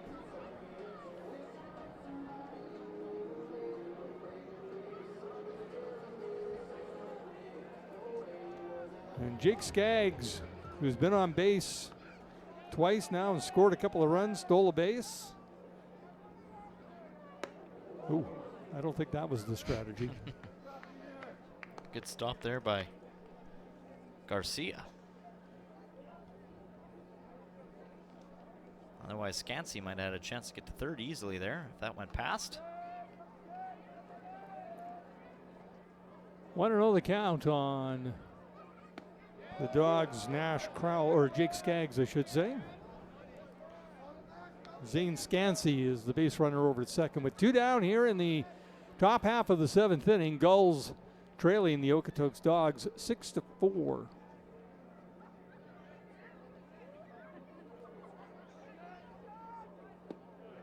Bowman with the off-speed pitch, missing low. Count 3-0 now. You think if he walks him, there's probably a new pitcher that'll come in. Yeah, that's a good chance. And Kai Rempel, you mentioned Kai Rempel. He's on an inning count with the Gulls this year. His team down south pitched him an awful lot down south, and he threw about 40 innings down there, and he's going to have about 40 innings here. So he told me, he says, I could pitch all night. But he doesn't want to, and his coach doesn't want him to. So we might not see him other than maybe a closer, maybe an inning or two kind of thing. But right now, the ball is in the hands of Ben Bowman to try to keep this at 6-4 here in the 7th inning. And Jacob Rubleski turns away from that one. That was tight and inside. Yeah, that was not far off. I think eyebrow hair. Yeah, eyebrow hair might have had enough space between that ball and the body.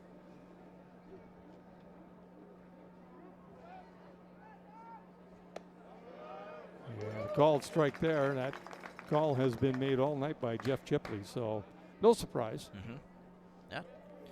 Good old Chipley. He's one of the veterans of the umpire crew, and he's always looking to better himself, and he watches back the broadcast every single game as well. He's a busy guy, that's for sure. He calls a lot of baseball between the WCBL, the West Coast League, the WCL, and minor ball as well. There you go. He's in it for the entertainment, I'm sure. Yeah, and the camaraderie with the fans. Provincials, nationals, he's done it all, that guy. And that bounces into the glove of Junior Garcia. 3-1 the count. It seems like Ben Bowman's just kind of lost his edge right now. Can't seem to find the strike zone.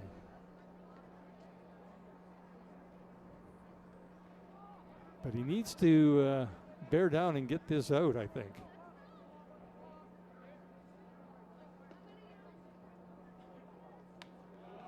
And a called strike there as Rubleski was, you know, as a catcher, he should know. Don't leave. Don't show up the umpire. You don't do that. Well, he did it. So full count on the Dawgs catcher. Kind of a payoff pitch here for Ben Bowman as everybody's moving, and that gets away from Junior Garcia. And everybody was moving up 90 feet anyways. And that'll do it for the night for Ben Bowman, unfortunately. Yep, back-to-back Matt Hape walks. will walk out, and we'll see a new pitcher coming in for the Sylvan Lake Gulls. So we'll be back to finish off the top half of the 7th inning when we come back. You're watching the Gulls broadcast brought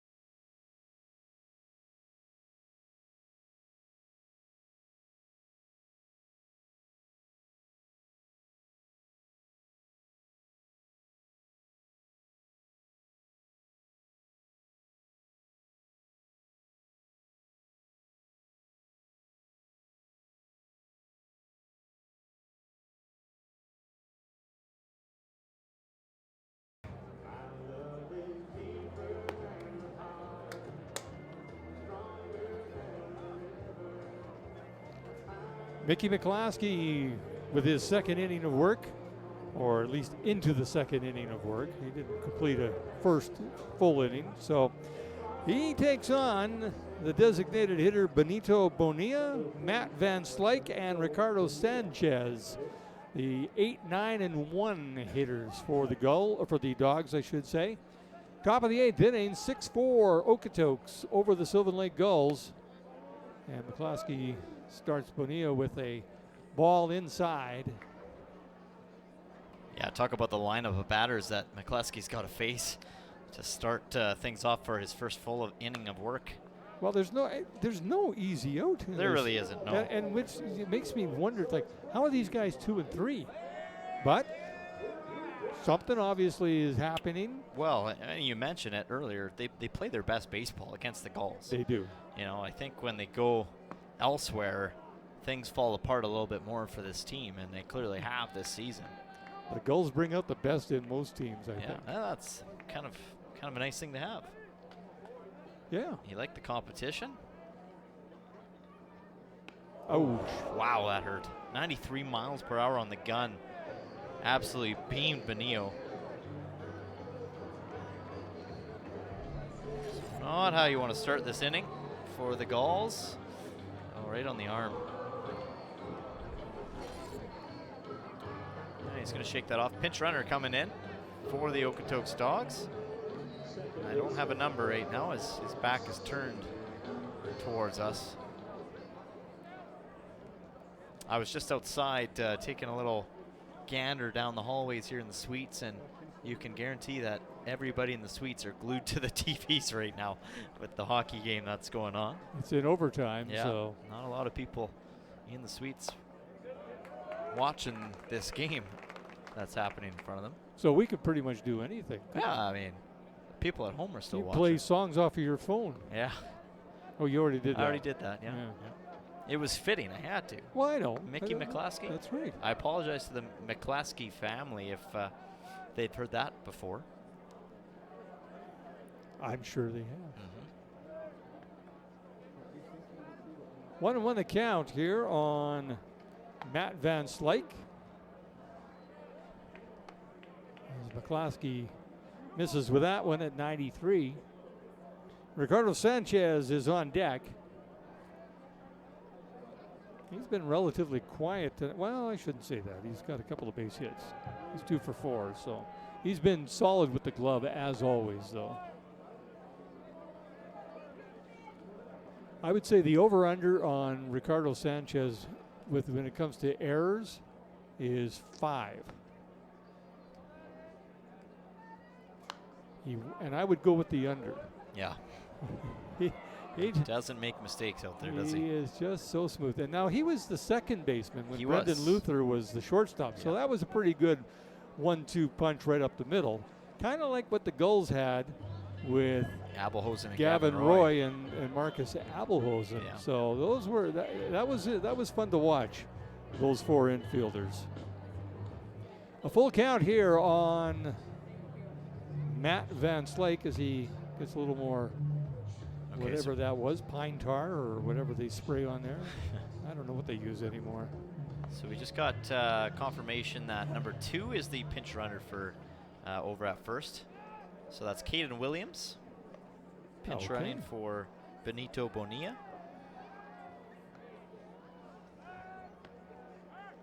Williams slides back in time as they check him over at first. Beautiful evening here in Sylvan Lake, Alberta. If you've never been, you're watching this broadcast from home, try if you can this summer to make up a trip up to Sylvan Lake, Alberta, a great tourist destination for anybody that lives close by or afar. As there's a walk to Matt Van Slyke. First walk given up by this new pitcher in Mickey McCloskey. And pitch runner in and for another Matt Van pitch Slyke. runner, okay. So 13? Looks like number 13. that's Eric Matches. Matchy, yeah, Eric Matchy.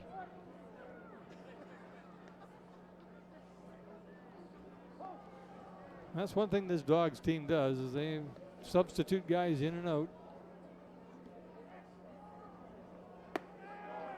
McCloskey missing high with that one, ball one, and Matt Hape is going to come out and talk to his pitcher. He's getting his steps in tonight, having to make trips to the mound, unfortunately. And that's kind of something that this Gulls team is not really used to. They've year after year after year they've had, and I'm not saying that the pitching's bad. I'm not saying it's not strong pitching, but they have had very strong pitching in the last several years. And you know, just to start the season, things are, don't think quite going to as planned. I would agree with that. Yeah. I mean, it's not, like I said, I'm not trying to say anything bad against the current pitchers right now or anything like that. It's just it's been a lot slower of a start than I think the Gulls have been used to in the last few years, especially when it comes to on the mound. Well, it's again, we don't like to compare against other teams, but we do.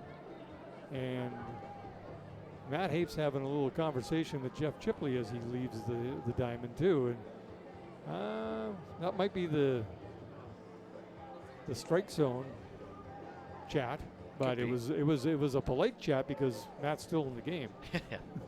Didn't get too heated. No. And Jeff Chipley's, most of these umpires are pretty chill. Yeah, you know, you don't see Chipley get heated very often.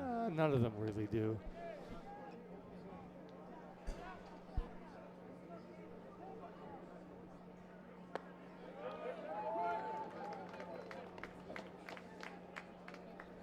One and one the count on Ricardo Sanchez. Base runners on first and second. Nobody out here in the top half of the 8th inning. Dawgs 6, Gulls 4 in the first game of basically a 3-game set is tomorrow night here and then down in Okotoks. Yep. To wrap up the 3-game series. Well, this is a huge inning. I mean, it's top of 8, and you gotta shut the door here right now if you want to have yourself a chance at kind of getting yourself back into this game. Only 2 runs down, but it's got to start now, or else you're going to start to run out of time if you're the Gulls. Yeah, I agree. I don't think you can allow a 7th or an 8th run. No. Not the way the Dawgs have their pitching staff. Yeah, exactly. You know. Yeah.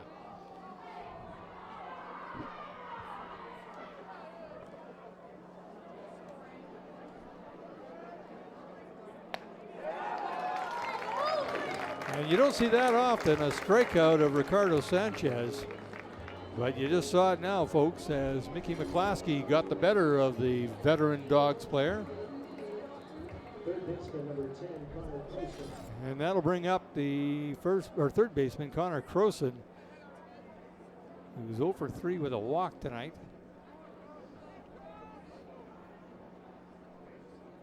And action in the Gulls bullpen, that might be Kai Rimple. I heard it's number 41. Oh. In my headset earlier, and that's Tyler Hrim. Tyler Hrim, yeah. Kai Rimple is still in the bullpen though, Jim. You do have him in there. Just I think he's sitting around. Okay, my apologies. Not 41, it's 45. That's in the bullpen. So Noah Borges.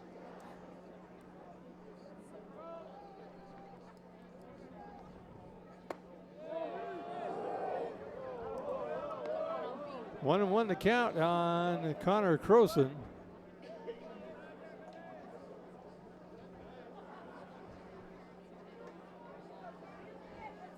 Runners on first and second, as I mentioned. Mickey McCloskey on the mound. He's the third Gulls pitcher tonight.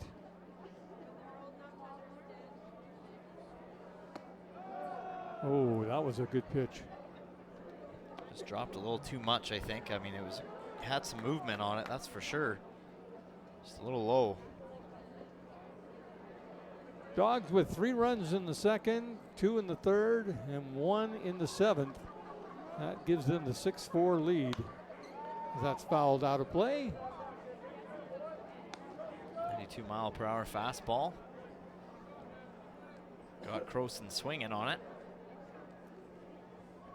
This is a huge Huge pitch right now. Well, you know, the old pitcher's best friend, the double play, would be timely. And there's that call. He has been consistent with that call all night long, has Jeff Chipley. So Crowson gave him a look back and like, really? Yeah, well, have you been watching the game, Connor? Yeah, it's going both ways. You know that's going to be called, so no big surprise there. Zane Skansky will step in now with 2 down and 2 men on and a 2-run lead. Twos are wild. And he rips this into the gap in right center. That's going to drive in 2 runs. That's going to get 2. It goes right to the wall as Skansky holds up at second and cashes in both Caden Williams and Eric Natchez. Oh, Zane Skansky having himself a game. That's now 3 RBIs on the night for him alone, and he just finds the gap right center field, and no problem there as that goes off the wall and drives in both Bonilla and Slake's bats. Now that's not them that's crossing the plate as they both had pinch runners.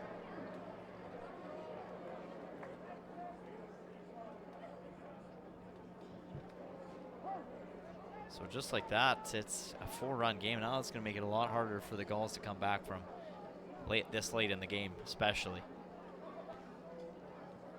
And I'm not saying they can't do it. No, that doesn't help. But you just, you know, you can't make it tough on yourself. Nope. And that's what they've done.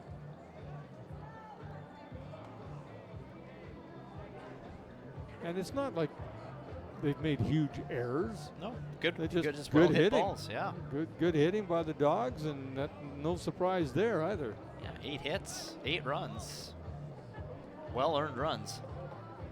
Yeah, there's been nothing cheap about their hits. They've all been solid base hits. Yeah.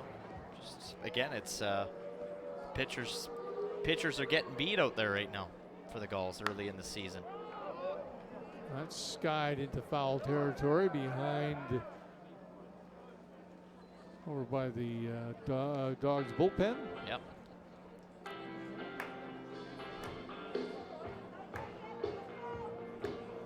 Well, this is timely. You hear the song that's playing? That's the Rolling Stones, "Start Me Up." And I'll tell you why this is timely. And I'm not patting myself on the back. This is my own little story here. As McCloskey gets ready to, oh, and that's fouled back. The first time I met my wife was in Manitoba. I was a judge at a Halloween contest, and we danced to this song. It was the first song we danced.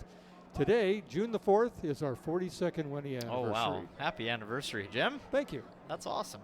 So I just thought I would. You held out this long to finally share that news with us, eh? Well, just the song, yeah.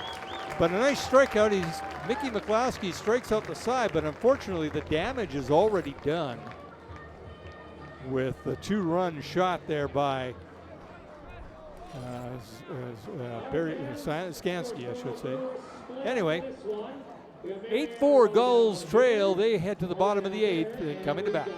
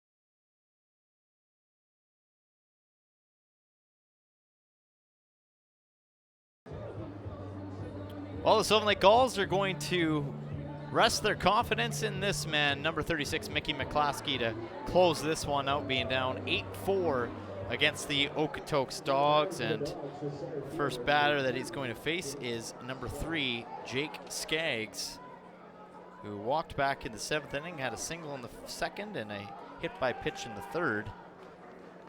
So Gulls absolutely, without a doubt, need to shut the door here to have any chance in the bottom of this inning.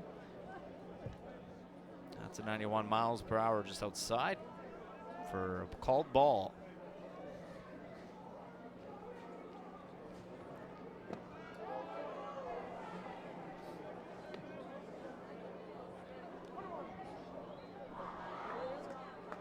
Well, you know, it's funny, just looking at the crowd right now here at Gulls Field and getting a lot of looks up into the suites, and I'm guessing that there's some commotion and noise coming from the suites in a very tight overtime hockey game right now between the Oilers and the Panthers, because a lot of suite owners and suite seats are watching that TV right now, and I think there's a lot of oohs and ahs and whatnot, and you just kind of see the eyes go up every now and then from the crowd down below. As long as nobody's jumping out of the suites. Well, that's the thing, right? You know. Yeah. But a lot of screaming coming up from It's only up top. game 1. I know. But Oilers fans, man, they're a whole new level. 2-2 the count on Jake Skaggs. Now full. As McCloskey missing with that at 95. Wow. Got a strong arm. Yeah. That is a rocket coming out of that glove.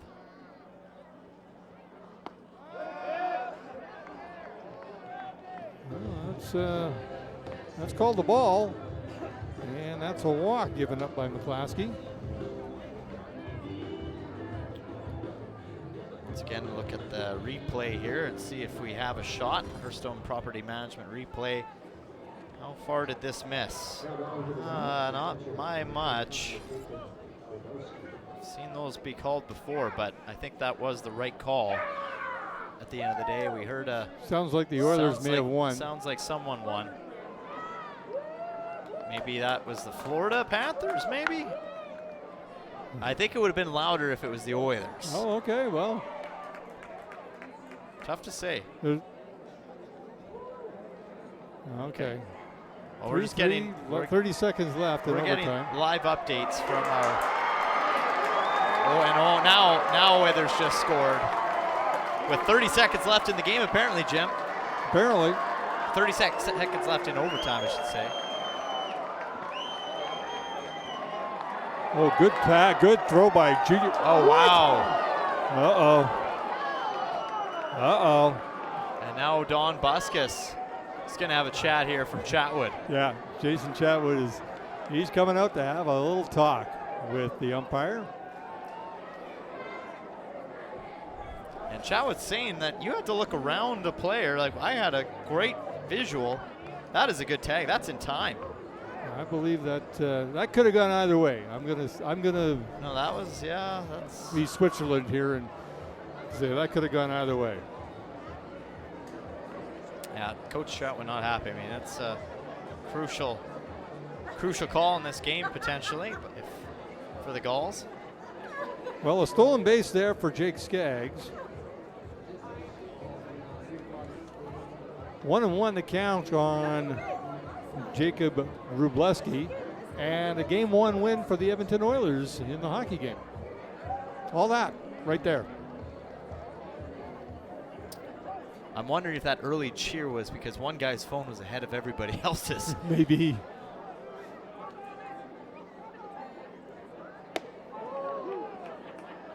Inside with that pitch to Wróblewski. So again, critical for the Gulls to not let that runner score. Yeah. I mean, 4 runs is enough. It's tough enough to come back from in the bottom of the 9th inning. That's one of those plays where, you know, you got to shake it off and try to keep the Dogs at bay here and not allow that runner much further than second. That's a tough break for sure.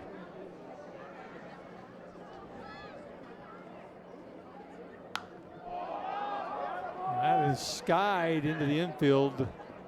Brooks Bachman watches it into his glove for the first out. So one down here in the top of the ninth.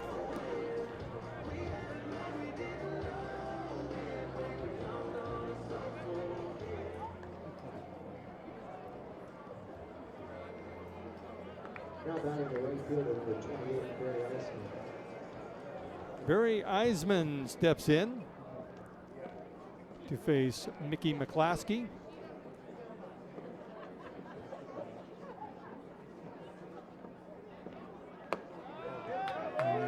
Paints the outside corner for strike on the first pitch. One down. Gulls trailing 8-4 here in the top half of the ninth inning. Okotoks with 8 runs on 8 hits.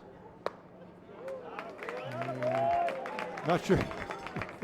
Barry Eisman just kind of, I think he gave himself a look like, why did I swing at that? And why didn't I swing hard at that? Or I think he realized that that was in the strike zone. He swung just, by the time he decided to swing, it was a little too late. He is popping the glove. I mean, my goodness, I don't know if you guys can hear this at home, but that's loud. Yeah, I mean, that was 94 on the gun. This kid can throw. Yep. And he's given up a couple of walks, unfortunately, and hit a batter.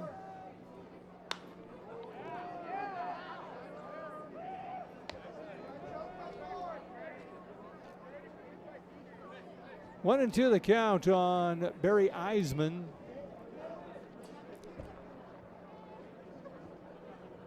With, I think, Caden Williams on deck. Maybe. At least he pinch ran for Bonilla. This is into foul territory, and Bryce Hampton makes the play over in foul territory for the second out. And that'll bring up, I believe, Caden Williams. Yep. Okay. It is Caden Williams.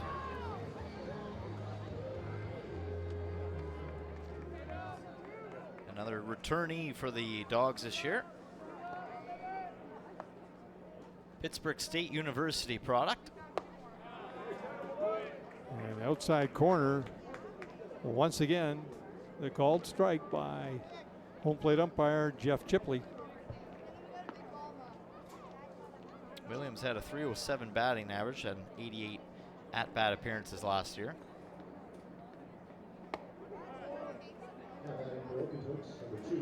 That misses outside. 1-1 the count on Caden Williams. 2 down here in the top of the ninth inning. 8-4 Sylvan Lake trails the Okotoks Dawgs. First time these teams have met this season. And they had a little bit of everything so far. Nice off-speed pitch there, too. You go from 94 to 76. Yeah. Absolutely insane. That's a big difference right there. 18 miles per hour difference. Wow. You did some quick math there. Are you proud of me? I am. Hey, I sat in the back of the math class. Well, that's pretty easy math. That stuff I can do. When it comes to counting on a scorecard, maybe not. You can't. Not so quick. No, that's a golfer affliction. Yeah. What did you get on that? 4? That's where the fingers start coming in handy. You were on the green in 5. How did you get a 4? Discount. McClaskey off the mound. Throws a strike, well, a low strike over to first. And gets the out. So he does his job by keeping the Dawgs off the board and any more damage as far as the score goes. But it's 8-4.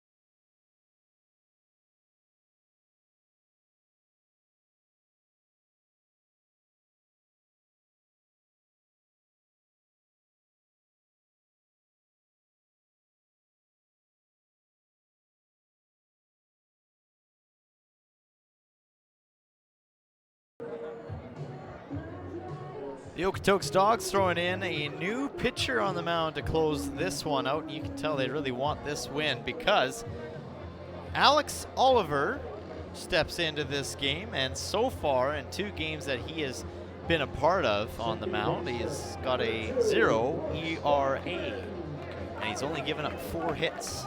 So, Okay.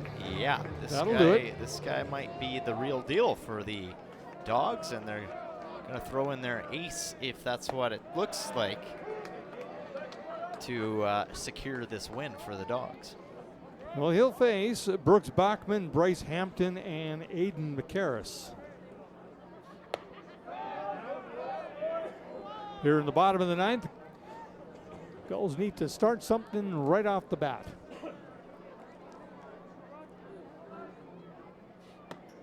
See what you did there. That was smart. That was nice, smooth. It's just, you know, sometimes it Sometimes just it's happens. natural. It's just like I don't even think about it.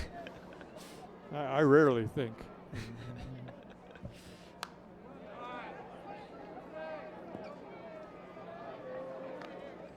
Well, that was kind of nice. The ball came right back off the screen, right back to the umpire, and Jeff Chipley. Ball return here in Sylvan Lake. Yeah, there you go. 2-2 the count on the Gulls second baseman. That misses outside. So Brooks Bachman doing his job, making the new pitcher work for this. And he does his job by getting a swing and a miss there for a strikeout to start things off here in the 9th. Nice pitch up high, right at the elbows, in the strike zone. It's a tough one for a batter to swing at. Bryce Hampton will step in now to face Oliver. Or is it Olivier? I was thinking of that, but looking at where he's from, I can't see it being French, as he's from Bozeman, Montana. Or sorry, that's Bryce Hampton from Bozeman, Montana. Takes that off the arm, but okay, once again, you know, you get on base any way you can in a game that you're trailing. So Number 24, Aiden. yeah, Alex Oliver from Grove, Oakland. okay.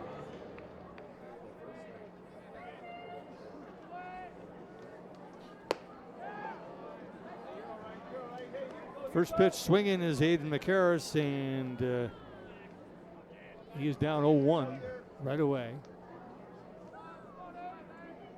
Hampton with a decent lead over there. Sorry, Oklahoma, my apologies. I said Oakland, I meant Oklahoma. Oklahoma. Yeah. Grove, Oklahoma for this pitcher. Okay.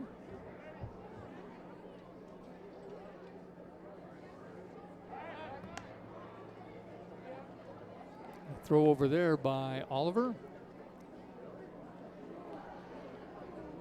Rowan O'Connor is on deck.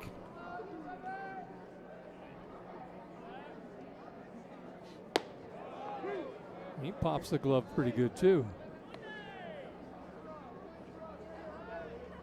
Yeah, the rally needs to start now with Aiden McCarris. He's had a base hit tonight, and that bat is shattered. Yeah, you don't see that too often with these composite bats. If that was a composite bat. You take a look at the replay here and you see it right. Yeah, he holds onto the handle of the bat, but the rest of it flew all the way past second base. They got between second and third, and it almost made its way to the outfield. That's how far that thing traveled, as Wyatt McKnight comes and hands it to the Batgirl. 2-2 the count on Aiden McCarris. Oof. He gives that a charge, but way foul. Ooh. Almost into the parking lot. That's a long ways. That black car there, it just about got hit. That's a long ways out there. And he rips this one right up the middle, and that gets through. And the Gulls have something going now, as Hampton gets all the way over to third on the base hit by Aiden McCarris. Yeah, you get a loud cheer from the crowd here too as we take a look at this replay. A nice little kick off the mound that might have just been enough to fool Matt Van Slyke. And of course, you're going to get the green light from Hampton to turn the corner and keep running. So Rowan O'Connor, big opportunity for him tonight. Keep this rally going in the right direction. He fouls that back over our heads. He's had a pretty solid night, 2 for 3.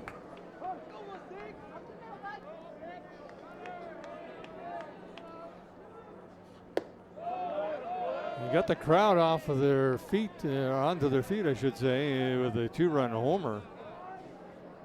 Sure did. But that's the extent of it. The last run came back in the 6th inning. That's hit pretty good, but it goes up high. It's going to land in center field. That's going to be a sacrifice fly out, though, as Bryce Hampton crosses the plate. So the damage now down to 3. But Gulls facing their last out.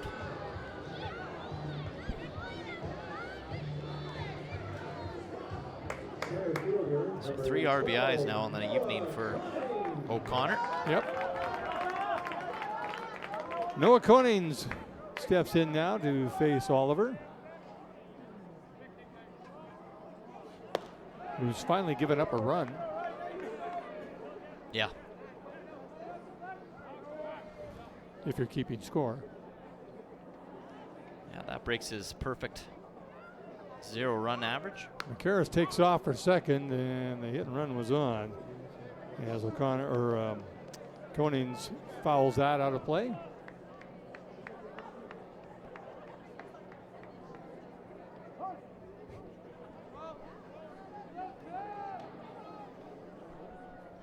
And McCarris takes off again, and Koning does the same thing.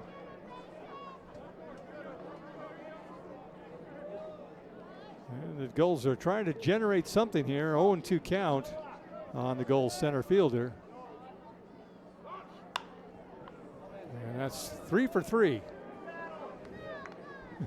Aiden McCarris is getting his leg work in today. May as well stay warm out there. It's getting a little cool.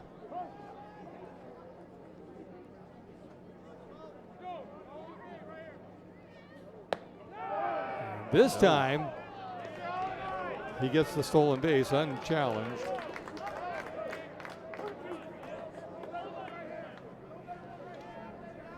That puts himself in scoring position, and with 2 out, they need to cash in everything they can. And a great play by guess who? Wow. Ricardo Sanchez just makes it look way too easy.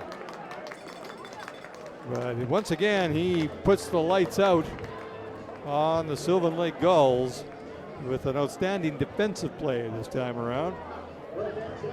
And, well, that puts a wrap on 8-5. The Gulls drop this game against the Okotoks Dawgs, and they get another shot at the Dawgs tomorrow night here at home, and then Friday night down in Okotoks. So, I don't know, interesting. Once again, it was a game that, you know, the pitchers lost the battle, you know, for the Sylvan Lake Gulls. And the bats were just too good for this Okotoks Dawgs team for the Sylvan Lake Gulls to ultimately be able to take care of. And you know, the Okotoks Dawgs, we knew they were going to come into tonight's game, you know, ignore the record. They're now finally back at 500, but you knew they were going to bring their best effort here tonight.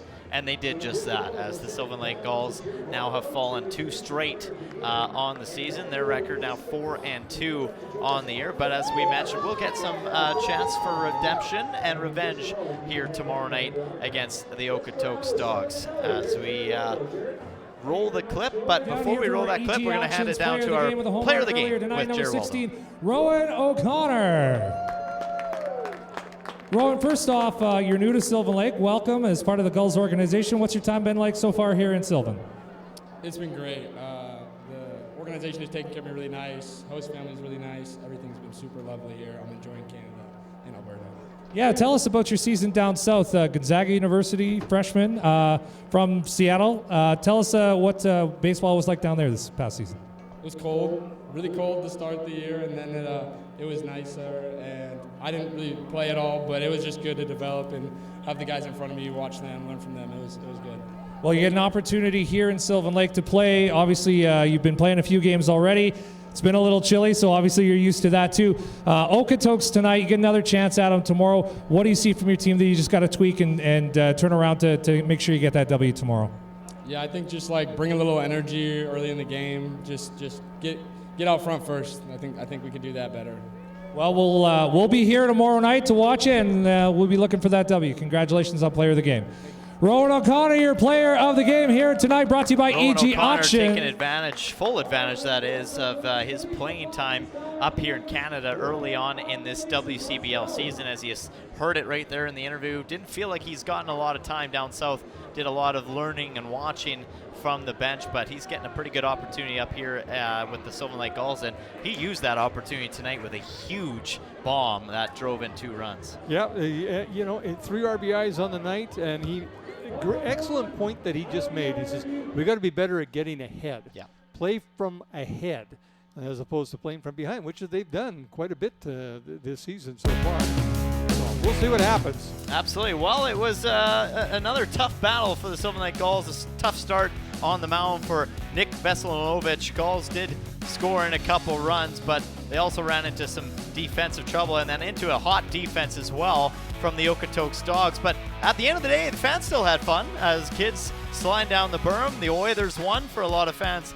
in attendance that we know, but a big bomb from Rowan O'Connor that, really picked up the energy back in this crowd. And, you saw the energy right there from, Mick McKinley. So, it's been a game for the Gulls to, learn from, and they'll bring it back to tomorrow night when they take on the Okotoks Dawgs for game 2 of this 3 series. For Jim Claggett, myself, Cale Clark, and the whole broadcast crew at FloCollege, we want to thank you for watching with another bird's eye view on this one.